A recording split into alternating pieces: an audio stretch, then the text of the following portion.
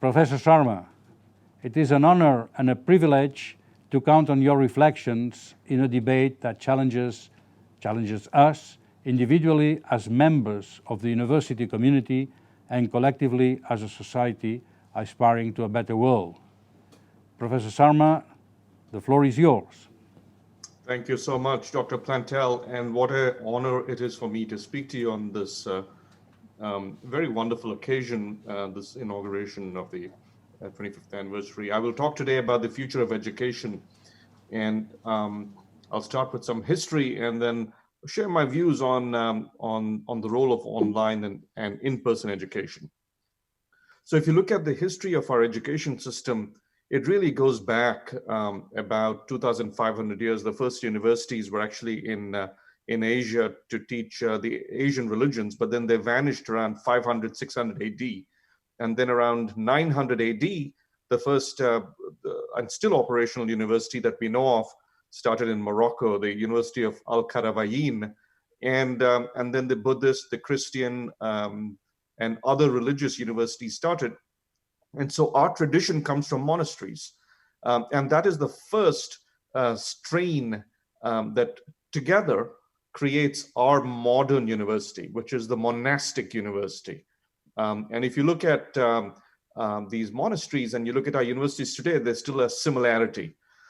And then in the about 200 years ago, we had the Industrial Revolution. And in the Industrial Revolution, of course, you had to prepare people for work, but you also had to take care of the children.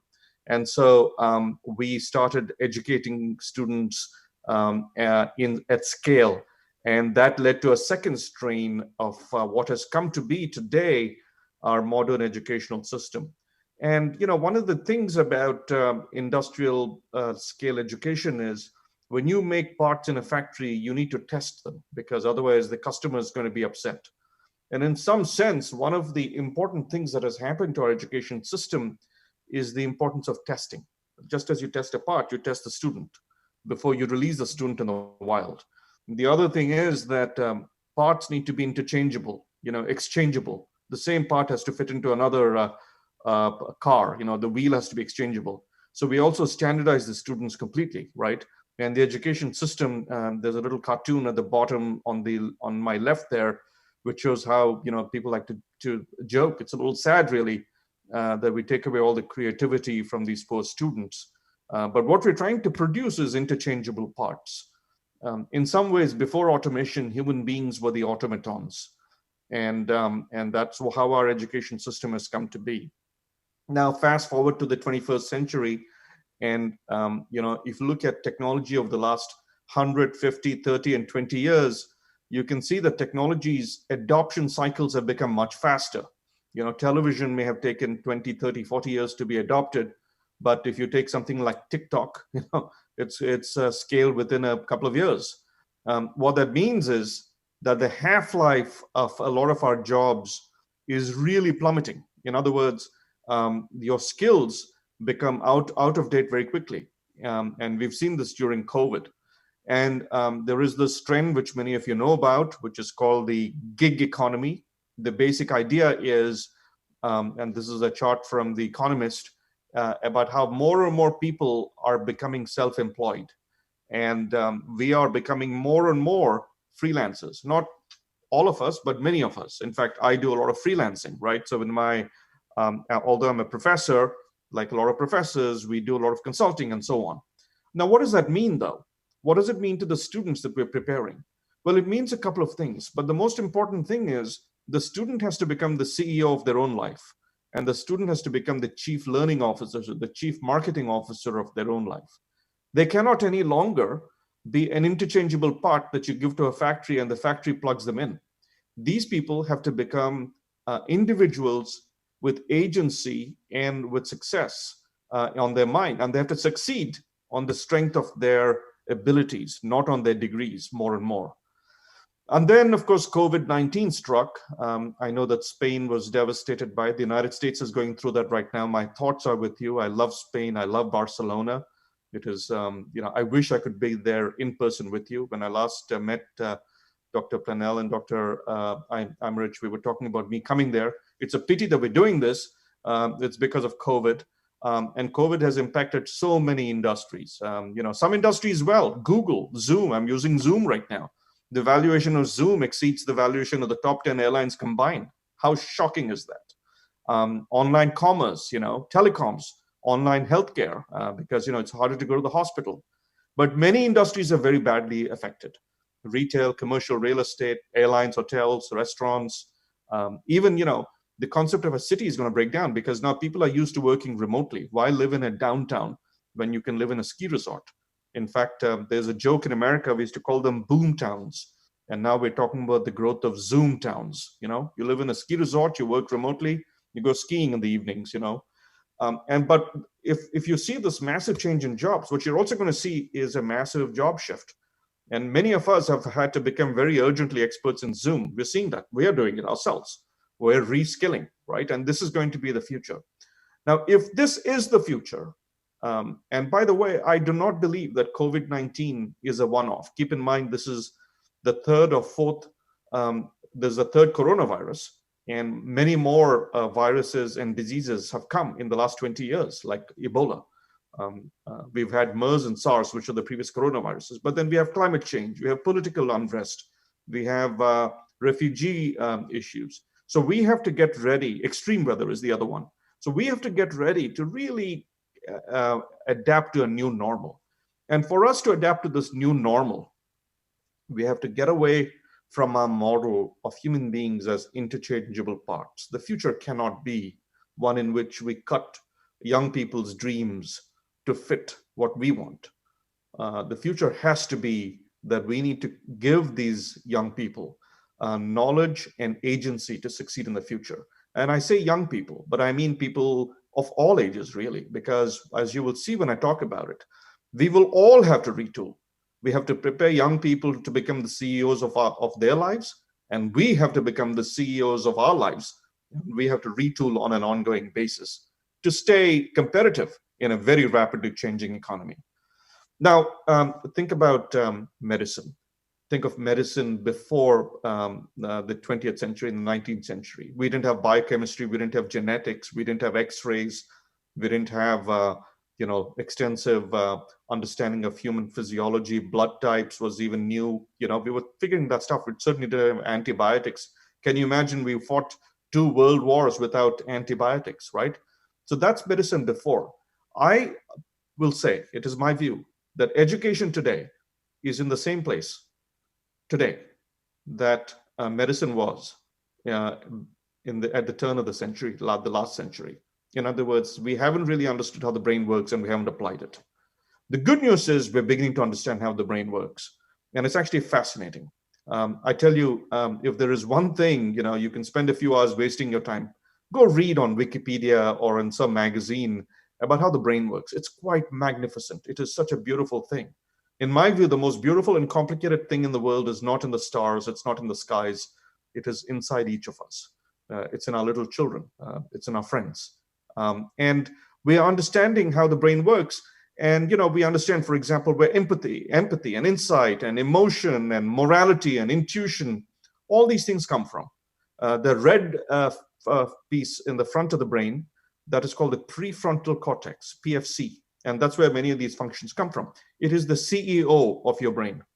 It is something you have that our cousins, the apes, don't have, right? It is the CEO. It is the number one important thing. And then behind that are all sorts of other things. You have things like the limbic system, which I'll refer to later on, which tells us about emotions and safety and things like that, the reward system. We're understanding all these things. Why is this happening now? It's happening because of technology, actually. It's happening because we're understanding how to image brains. There's a beautiful history starting with Mossy. Mossy showed that you can determine which part of the brain is active by just measuring the blood flow there. It's hard to measure blood flow, but through a series of discoveries, we found that you can measure blood flow through an MRI because blood, when it carries oxygen, repels a magnetic field. And so with that, you can see which part of the brain is active during which activity. Now, based on all that, honestly, if you had to redesign the classroom today, and of course, WOC is a new university. It's only, a couple of decades old. You were designed in a new way, but traditional universities, including mine, MIT, are based on a very old model. And that old model is 700 years to 1,000 years old. And in that old model, if you look at it, nothing has changed. We're still giving lectures. And if you look at this picture of the University of Bologna from 1308, and you look at this gentleman in the blue robe, he is sleeping like some of my students do when they get bored of my lecture, right? And you can see that these two are talking to each other, and this guy is looking at his Facebook feed. So nothing has changed in 700 years. But what is fundamentally even more worrisome is an assumption about learning. And the assumption is that the professor has a pen and the student's brain is a sheet of paper. And that's a very unfortunate assumption. And the reason that's unfortunate is because the human brain should really be treated as an organism that grows. If you have a puppy, you don't give it food in the beginning of the week and say you're done. You have to give the puppy food when it wants food. You have to give it play when it wants play. But we, in our factory model, have ignored that. And we just declare victory when the professor has given the lecture and walked off. And we don't pay attention to the fact that the student has to take these little tidbits of information and organize them into a treasury that will serve him or her well for life. And if you actually think about it that way, you begin to realize that it's actually more complicated. You see, the way the brain works, you remember I pointed at the forehead and I said that's called the prefrontal cortex, the CEO of the brain, right? You can think of that prefrontal cortex as a little cartoon. And the cartoon I use is that of a leprechaun, just because leprechauns are cute, all right? And the leprechaun, what this leprechaun does is every time your eyes and your ears come to knowledge, or if you're visually impaired, your fingers, when you come across a little bit of knowledge, the leprechaun goes and picks up that stuff, has to quickly run back and then recast the information in a way that makes sense to you and then put it away. Now, it turns out that's a very tiring task. And when the leprechaun is doing that, by the way, just to remind you, the leprechaun is the executive function, the CEO. And this action of recasting information is what we variously call consolidation, integration, sense-making, saliency, why is this important, connecting the dots.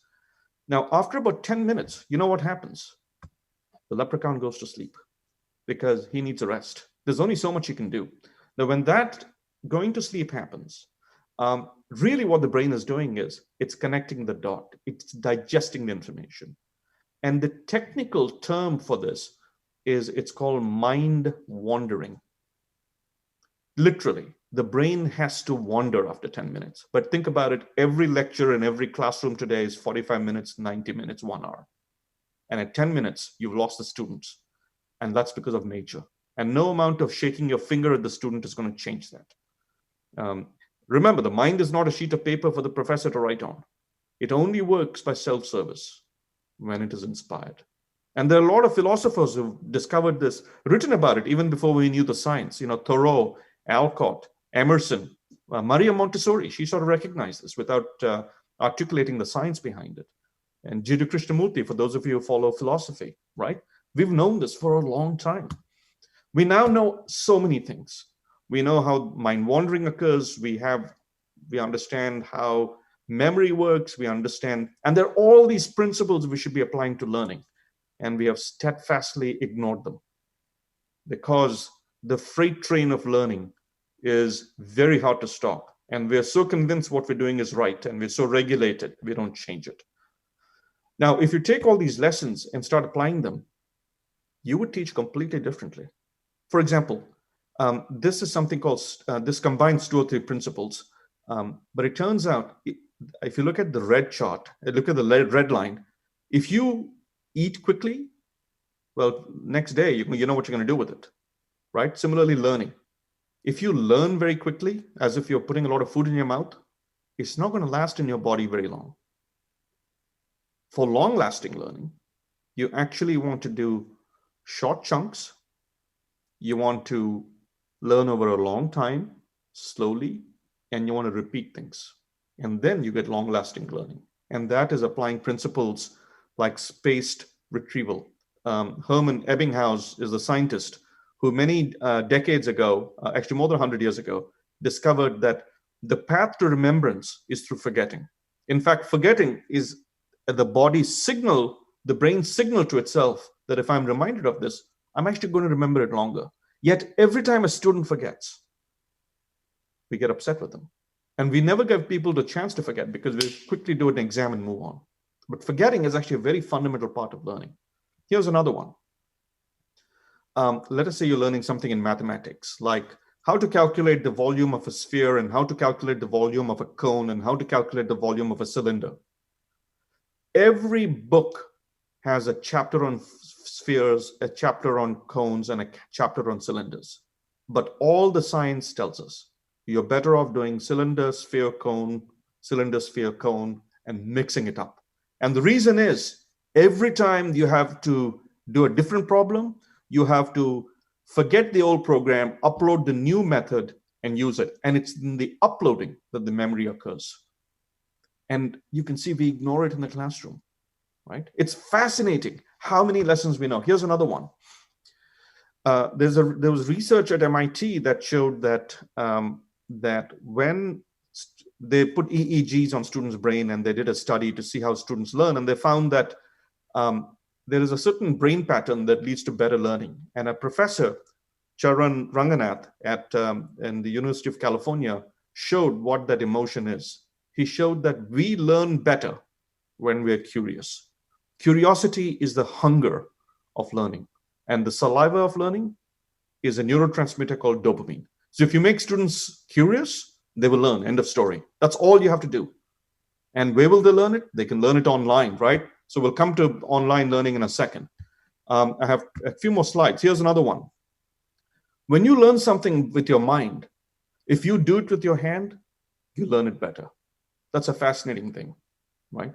Learning with your hands is important, but when you do something with it, you learn it better. That's called Embody Cognition. Now, all these principles, by the way, I wrote a book about it. It's called Grasp, and it came out a couple of months ago. But if you take all these principles and put them on a table, and you see what do we do in the on-site classroom, what do we do online, and what do we not do well, the tragedy today is we waste on-site regular classrooms to do lectures. And all the other things, and the reason is, because we want to test the product for the exams, right? All the other things we don't do well at all. It's a tragedy. And actually today during COVID, the tragedy is worse because we've taken those lectures and we're doing them through Zoom. The right way to do it is to create translation, asynchronous videos. Universal genetic code, ribosomes, all of it. This man is Eric Lander. He's an MIT Harvard professor. He is led one of the two teams that sequence the human genome. If you're going to learn biology, you might as well watch this man. And if you watch him asynchronously, then the beauty is that you can do a lot more things than you can do if you just did a Zoom lecture. So now let's look at what the future is going to look like. The future to me is going to look like this. These lectures that we do in person, they have to go online. An online lecture can be paused, it can be fast forwarded, you can consume it slowly, you can interrupt it, you can do double speed. And all the things that we waste the classroom for today, right? And all these other tricks, all the cognitive tricks, you can actually apply online. Retrieval effects, spaced repetition, interleaving. By the way, Duolingo, Babbel, all these software programs use this. All the programs that we use for learning languages, they use so many of these tricks. You can do all of that online. And online does it better than the lecture. And this is where WOC comes in. You were designed from the beginning to go this route. You were visionary, right? In fact, most classrooms are wasted. What should classrooms do then? What should MIT be doing? And what have we been doing for the last few years? We've been saying the things that you cannot do online, we will do in the classroom. That is, build some context, maybe work on curiosity. There's a lot of work on coaching, hands-on learning. And the beauty for WOC is that the future is many of the things that I have in the left column at the bottom can actually happen through internships, apprenticeships, and jobs. So I think that the future is going to be a lot of online, a lot of connections with companies where you can do internships, and universities that have the courage to reshape themselves, to focus on the things that we cannot do online, and to push online the things that we can do much better online. And that is a multidimensional, what I call flipped classroom, right? People have called this a flipped classroom, but I'm calling this a multidimensional flipped classroom. It's a complete re-examination of how universities ought to operate. When we come back from COVID, We have to make the classroom count. So I'm going to end with this last slide and just say that universities are in a crisis right now, because when we all return from COVID, I hope to God we don't stare at each other and say, my God, we could have done this over Zoom. I hope that the universities, the regular universities, the MITs, the Harvards, the traditional universities will become places of action, creation, and impact. But I think the future belongs to online universities that strike deals with companies, internships, apprenticeships. And so again, it is a great pleasure for me to speak to your historic university, to your audience. And Dr. Planell, back to you. Thank you. Thank you very much, Professor Sarma, for such an inspiring lecture. Thank you very much again. And that was really, your talk was inspiring what we are doing and in the direction we should be moving forward.